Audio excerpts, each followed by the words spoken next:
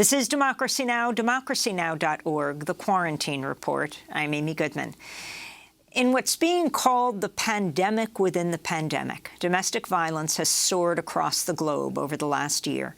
Time magazine recently reported domestic violence increased 300% in Hubei, China, 25% in Argentina, 30% in Cyprus, 33% in Singapore, and 50% in Brazil.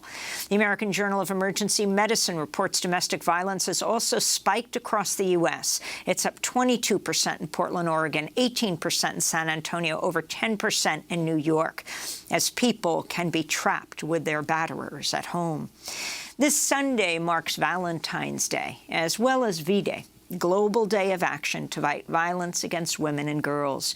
We're joined now by two guests, the playwright, V, formerly known as Eve Ensler, founder of VDay. She's the author of the Vagina Monologues and many other works. We're also joined by the poet Aja Monet, VDay's new artistic creative director. And we welcome you both to Democracy Now!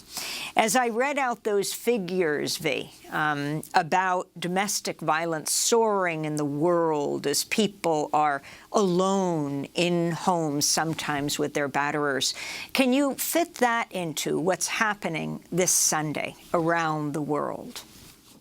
Yes. I mean, obviously, we're here. It's so funny because I've been doing a lot of online risings this year because people can't be in the streets, a lot of people because of COVID. And we're hearing about these incredible numbers of domestic violence and all kinds of other violences. The violences of frontline workers, mainly women and women of color, being exposed to all kinds of things without protections.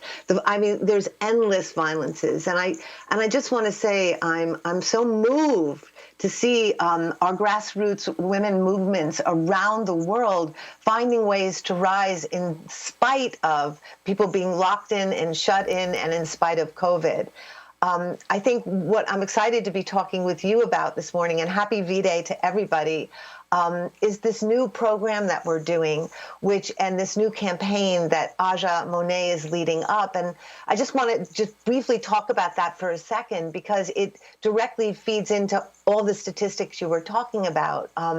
I think during this last year in America and across the world, we've seen some of the most hideous murders of Black men and women and trans women by the police, and an escalation of white supremacy, and most recently, the horrific murder of Breonna Taylor, and the still injustice that's followed it. And I know for me, I've been doing a lot of reflection in VDay, as has our whole team, this movement that's been here for 23 years and has really been supported, initiated, and driven by the Vagina Monologues. And I think this year we all decided we needed to go further, we needed to go deeper.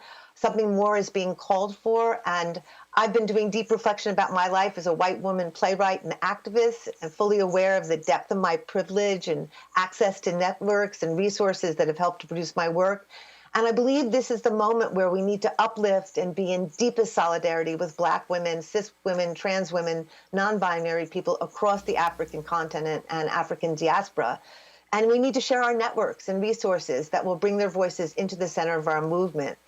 So I am thrilled that we have invited and joined with the forces of the powerhouse and the visionary that is Aja Monet, someone who really understands the connection between art and activism, who is a brilliant poet in her own right, and has been curating this piece filled with the stories of Black women throughout the world. Well, Aja, I want to turn to you next, and just giving a little background.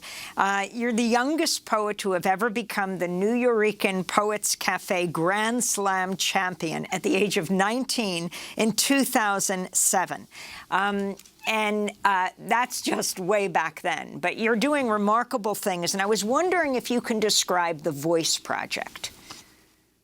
Yeah, so we also know that for every Black woman who reports rape, at least 15 Black women do not. 1 in 4 Black girls will be sexually abused before the age of 18. So these statistics, we can go down the list and see the impact that sexual violence and harm and abuse has had on Black women primarily, but on women across the world.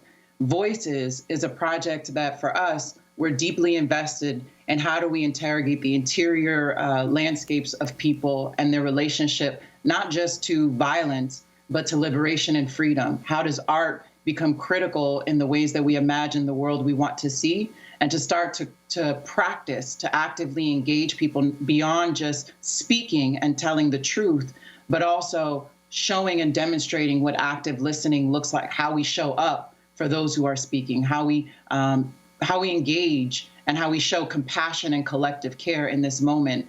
I want to say that I think the biggest thing that really impacted me last year, while there was an uprising around George Floyd and Breonna Taylor, was a story about a Tallahassee activist, a Black girl, Nigerian Black American woman named Oluwatoyin Salau, who was assaulted and murdered, seeking protection and seeking shelter in a moment where she was actively engaging in our movement to fight for us and to fight for our trans brothers and sisters. And so to note that this was a story that was kind of left out of the narrative of this moment, not for any, I wouldn't say intentional purposes, but it is something that begs of us to pay attention, to listen deeper, to go into our communities and to see how are we internalizing the harm and the violence of this country, and how do we show up better in our movements for one another. As you say her name, talk about the Say Her Name movement. I think that Say Her Name was born out of a necessity in a moment where media was hyper-focused on the violence and the ways that police violence was showing up in our communities around Black men and the stories of Black men.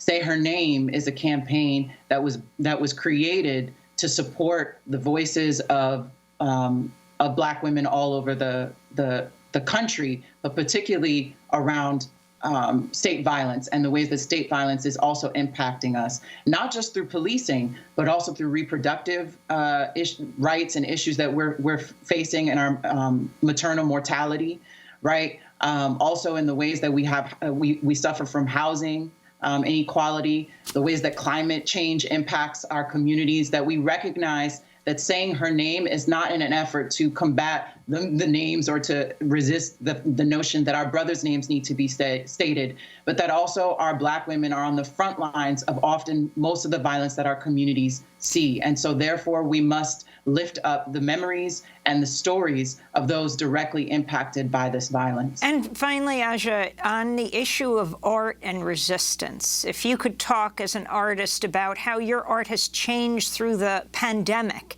and what you're hoping for most of all on Sunday with Billions Rising. Yeah, well, we believe that art is, for the people, by the people, and it's about presence, it's about attention, it's about expression of one's psychic terrain, the interior world, the last frontier. And so I think a big part of what we see this project being, Voices, is our unothering. We create because we have no other choice in this moment, right? We want to create out of a space of what do we envision, what do we want to see, not just so much what we're against and what we're fighting. And so I think we create because we're possessed by our questions. We're not creating because we believe we have the answers. We create because we know that art has the capacity to get the people to be challenged, to be intrigued, and to be transformed by their expressions of their interior world and their presence. For me, during this moment, we found ways for art with homemade poetry online series that we started, for art to be a part of helping us think through solutions. How can art help us practice the world that we want to see? How can art also provide the remedies for the moment? And what are the limitations of art, right? How does art become strategy for our freedom, not just an accessory to our movement? And those are the things that I've seen happen in this moment, are the ways that artists are being engaged critically around the cultural shifts we need for our society to be where it needs to go. Abolition is on the tongues of everyone's mouths because of culture, because of cultural workers, because of the folks on the front lines organizing for that change and for the relationships built between artists and organizers during this moment. I would say organizers are artists, that we are actively practicing our creative imaginations and pushing the conversation and pushing the nation forward. We're the shamans and healers of this moment. So I want to lift up all the organizers who are doing work to end violence against women and girls, but to end violence against those of us who are most marginalized across the globe. And finally, V, February 14th, 1998, that's when you began VDay. We're talking more than 20 years. Do you feel there has been major progress, and where are you headed in that work?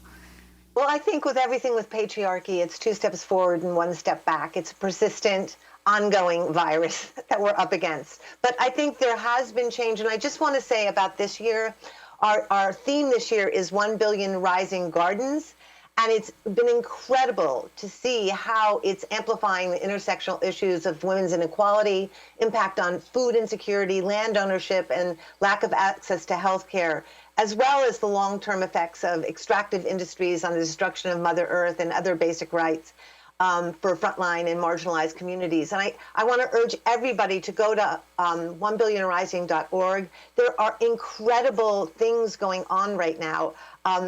Just everywhere on the globe, our 60 global coordinators have unleashed vast grassroots, regionally and national actions. We're seeing them dig deep into their communities, seed distribution and seed banks exchanges in India and Congo and the Philippines. Last night I was on the phone with organizers in Davao, Philippines, with the Lumad women, the indigenous women who are rising to take back their lands from the plunderers and the people pillaging it and the corporates destroying it. And these are just archaic and horrible anti-terrorist laws that Duterte has put into place, where he's just summarily arresting people without any charges.